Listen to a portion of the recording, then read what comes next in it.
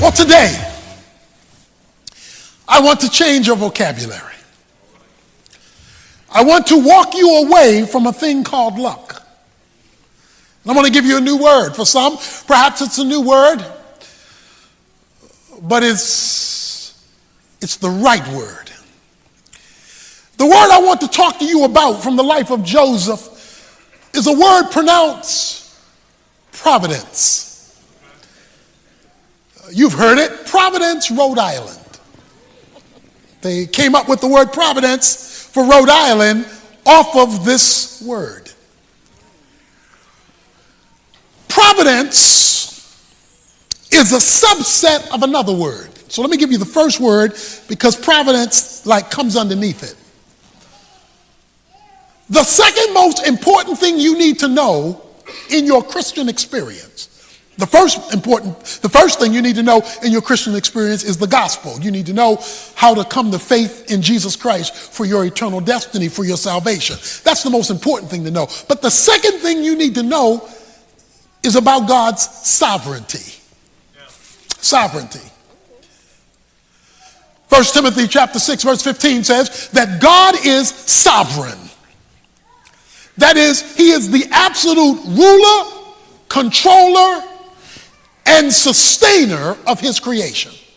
That's sovereignty. It's the ultimate ruler, the person who has the last say so, and here it is, nothing sits outside of God's sovereignty. There are no events over which he does not rule. There are no things. If it is created, he runs it. That's sovereignty, the ultimate ruler over all of his creation. Underneath sovereignty is a word that couples with it, and that's the word providence. Providence is the way God arranges things to achieve his sovereign purposes. Sovereignty is his rulership. Providence is how he hooks things up, integrates things, connects things, detaches things, arranges things in order to wind up at the sovereign goal to which he is moving. So providence is the arrangement that facilitates sovereignty. The Bible is clear that our God is sovereign and that he does all things, Ephesians 1 verse 11, after the counsel of his own will. That his purposes can never be thwarted. The scripture is clear that he is ruler over all. He's sovereign. Now here it is. You cannot simultaneously have sovereignty and luck. The two can never coexist. Because luck is random events that occur that shape things. But if you have a sovereign God who controls everything, you can't have random events that shape anything. So you can't have sovereignty and luck. You can't have both. And the way God works out what you and I might call luck is through providence. That is, arranging things so that they come together or disconnect as he so chooses. So I want you to begin to moonwalk from luck and begin to make your way toward providence. We have watched Joseph's life, and it is filled with ups and downs. He's in a coat one day, he's in a pit the next day. He's got a good job one day, he's accused of rape the next day. He's in prison, he's forgotten, he's remembered. I mean, this guy is going through stuff. It looks like one day he's got good luck. The next day he's got bad luck. But look at how Joseph looked at his life in verse 19 and 20. But Joseph said to them, "Do not be afraid, for I am in God's place. As for you, you meant evil against me, but God meant it for good in order to bring about this present result, to preserve many people alive. You know what he just said? God did this on purpose. What looked like an unlucky day and a lucky day was God fulfilling his purpose to bring me to my destiny. If you ever get providence, the subset of sovereignty, and move away from luck, you will begin to view life differently. Sovereignty must be the foundation and his providential working, we'll talk about that, by which you now begin to live and look at the events that shape your life so that you can arrive at your divinely ordained destiny. But if you start with the foundation that God is sovereign and that he providentially arranges things to accomplish his goal, you have laid a foundation through which to look at the complexities of life that comes your way. What you and I and others may look at as random events are actually orchestrated events in the purpose and plan of God. Let's put it another way. This mysterious thing called providence means God is sitting behind the steering wheel of history. And sometimes he's on the main highway, other times he's driving down back alleys. Sometimes it looks like he's going the wrong way on a one-way street. But he's steering the steering wheel of history to arrive at a destination. Now let's get this straight. Sovereignty and his providence, how he hooks things up, is not merely related to the big things that happen. See, we look at the big things and we say, well, either God was in it or God wasn't in it because it affected me greatly. Sovereignty is so complete and providence is so intricate that God includes the details. That's why Matthew 10 says that God knows every hair that's on your head and when it comes out. And he says he knows every sparrow that falls out of a tree. So when we talk about the sovereign providence of God, we're talking about not only that he controls the big things that get our undivided attention, but the little things we don't think twice about. Now, I know you like to think the devil is in the details, but God says I'm in the details. Because sovereignty covers everything, and providence is how he hooks the everything up in order to arrive at his specific purpose. Because God is sovereign, he is never caught by surprise, and he never says, oops, that one got away from me. He doesn't do that. Because if he's controlling the big and the little, that means he's not surprised by anything. Right. What shocks you was long known by him. Right. So here's the word. The word is providence. God arranging things. So let me help you right now about providence. The Bible says in Romans chapter 11, verse 33, God says that his ways are unsearchable. You can't Google his providence. You cannot sit at your computer and Google God's ways and get the intricate details of how he does what he does, because it is past finding out. So don't be surprised when God doesn't make sense. He's not supposed to. Because his ways are not our ways, and his thoughts are not our thoughts, and they're not even close. As high as the heavens are above the earth, Isaiah 55 says, so is the gap between God's thinking and our thinking, God's ways and our ways, and you cannot He is the unfigure-outable God.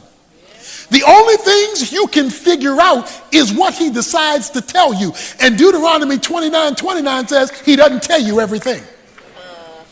Now watch this. He says in verse 20, as for you, you meant evil against me, but God meant it for good. Please stick with that word meant. They did, his brothers, his family, did evil against him. And he says, and you meant it for evil. You messed up my life on purpose. You planned to sell me as a slave. You planned to tell my daddy I was killed by an animal. You planned to ruin my life. Anybody in here where somebody planned to mess you up? I mean, they pre-planned that thing. They thought about that thing. He says, as for you, you meant it for evil. But then he uses the word meant again. But God meant it for good. Providence includes good and bad. God is sovereign. Nothing happens outside of his rule. But within God's sovereignty, he created freedom. Freedom means you get to choose. There's no freedom without choice. You're free to say yes or no, to go or stay. God created freedom, but he's also sovereign. So how can he be sovereign and control everything and at the same time create freedom? Because freedom means I can do good or bad. I can be righteous or unrighteous. I can be evil or not. We've all done both because we are free. God is sovereign. He's created boundaries. But he's also created freedom. That freedom allows you to do bad or good, to be right or wrong. But he limits how free he lets free go. Because when you step on his line, when you step on the line, the whistle blows. So God keeps his sovereignty while allowing freedom. Now watch this. Because God is sovereign in his providential connecting of things, he either causes all things that happen or allows them to happen if he didn't cause it. God cannot sin. God cannot endorse sin. But what he will do is use it. He cannot do evil, but he will use evil to accomplish his purposes. Because Joseph says, you meant it for evil, but God meant it. The it that you meant for evil, he meant it for good. Let's put it another way. God used your mess in my life to bring me to this location. It's because you messed over me. I'm fulfilling my destiny. It's because you were trying to do me in. I'm in God's place. See, when you got a sovereign God like that, who can take folk messing over you to bring you to where he wants you, you don't want to hang out with luck. You want to hang out with providence. Because providence is how he arranges it for it to happen. Look, God is so good at his providential work of hooking stuff up and arranging stuff in order to accomplish his sovereign purposes. Luke 22, Jesus told Peter, the devil has asked permission to mess up your life, to sift you like wheat, and permission has been granted. So the devil is not just the devil is God's devil. Because even he only gets to be a good devil by permission. That's how sovereign God is. The devil doesn't even get to be good at his job without a divine okay. I know that's messing with you. But we've got to deal with the fact that God is sovereign. He says, you meant it for evil. You were out to get me. But God used that thing to bring me to this location. And when you're dealing with the providence of God, watch this now, you never see all there is. You never see all that's taking place. You never see all the details that God is working out behind the scenes. In fact, what you do see often doesn't connect. There are parts that don't seem to relate to one another. That's because God is always doing more than one thing at a time. He's dealing with 50 million things at the same time. That's what makes him such a unique being. He can take billions of people at the same time and connect everything in order to accomplish our purpose and his destiny in our lives. And he's doing it all at the same time. But because we can't see it, sometimes it doesn't look like he's doing a thing. Sometimes it looks like he's asleep. Sometimes it looks like the phone is busy. Sometimes it looks like he's on vacation. That's because all you see is what you see. And if all you see is what you see, you do not see all there is to be seen. He says, you meant it for evil, but God meant it for good. In order to accomplish his purposes.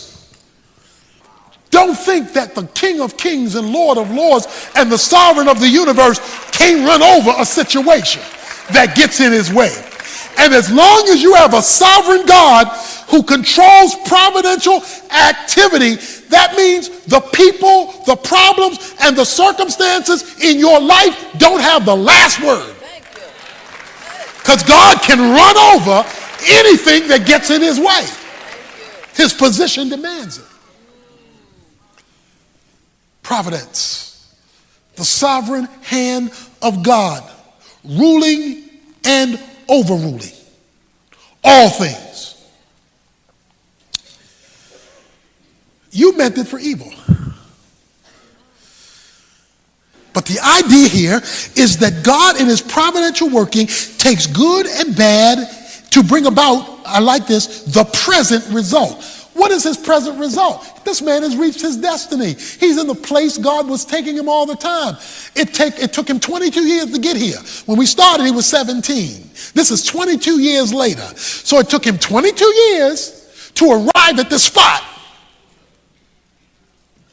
Because we don't arrive at our destiny overnight. Very few people arrive there. It depends on what God's purposes are and whether we're cooperating or contradicting those purposes. Whether we're walking with him or walking against him, which can affect the delay or the development of our destiny. Our goal through this series is for everybody to end your life having reached your destiny. Even if it meant evil had to be used to get you there. Now, I know some of you are thinking, well, what if you're the one that did the evil? That's another sermon for another day. But God never endorses it, but he does use it. Here's the goal of God's providence. You know the scripture well. Romans 8:28. All things work together for good to them who love God and who are called according to his purposes. All things work together for good to those who love God and are called according to his purposes. God's goal in our destiny is always his glory and our good. God is the master weaver. And things are rarely as they appear. You have to know that. There's a statement in this story. I love this statement. Jacob, Joseph's father, he says this. He thinks Joseph is dead. Benjamin, his son, is being held hostage by Joseph, for those who've read the story. They're getting ready to lose Simeon. They're hungry because there's a famine in the land. And Jacob did like many of us when everything is going wrong. He threw up his hands and said, all these things are against me. You ever felt like that? Nothing's right. Everything's wrong. And what's broke gets broker. Just everything is just wrong. He says, all these things are against me. Little did he know. Joseph was fine. Prince in Egypt. Benjamin was fine. Joseph taking care of him. Simeon was going to be fine, and they were all getting ready to go up to Egypt to eat. Because you never see all that God is doing when you're looking at it. You only see that piece that he wants to show you right now You say, why won't you show me the whole thing? So that you learn to walk by faith and not by sight.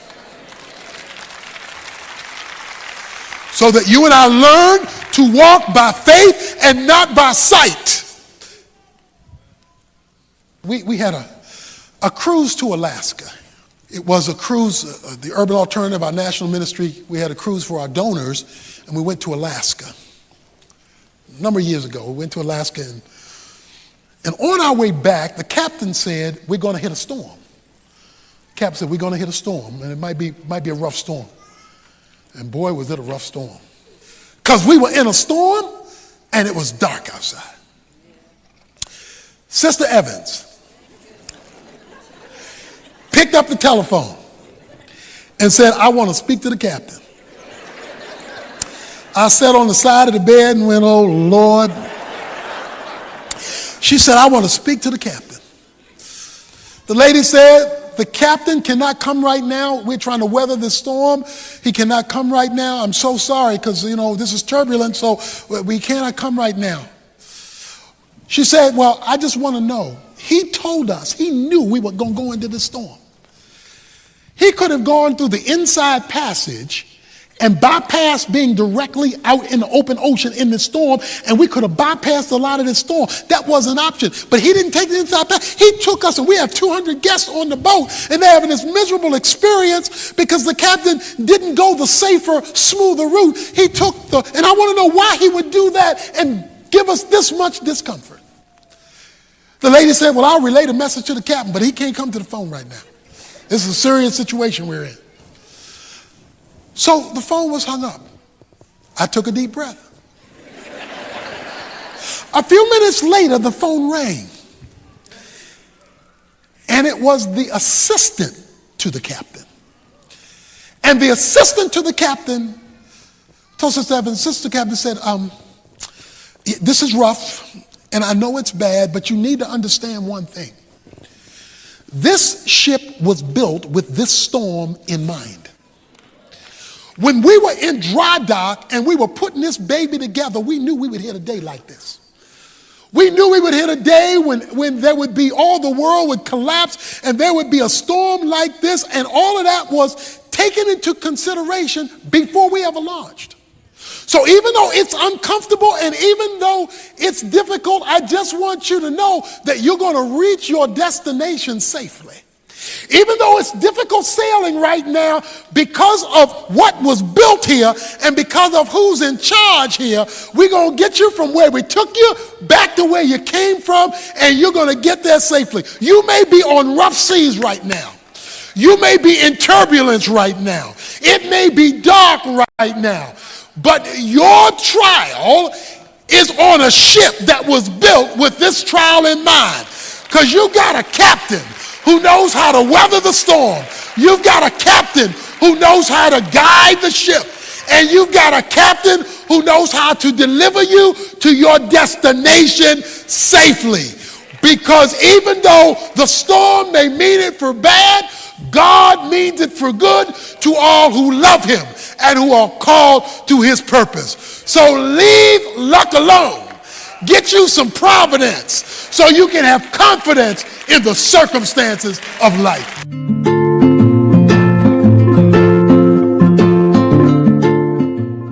I know it feels like luck, but the biblical word is providence. Providence is the mysterious way in which God interconnects people, places, things, and thoughts in order to bring about his desired result. Sometimes providence happens with big things, other times with small things, but they're always significant things because they change the direction of your detour.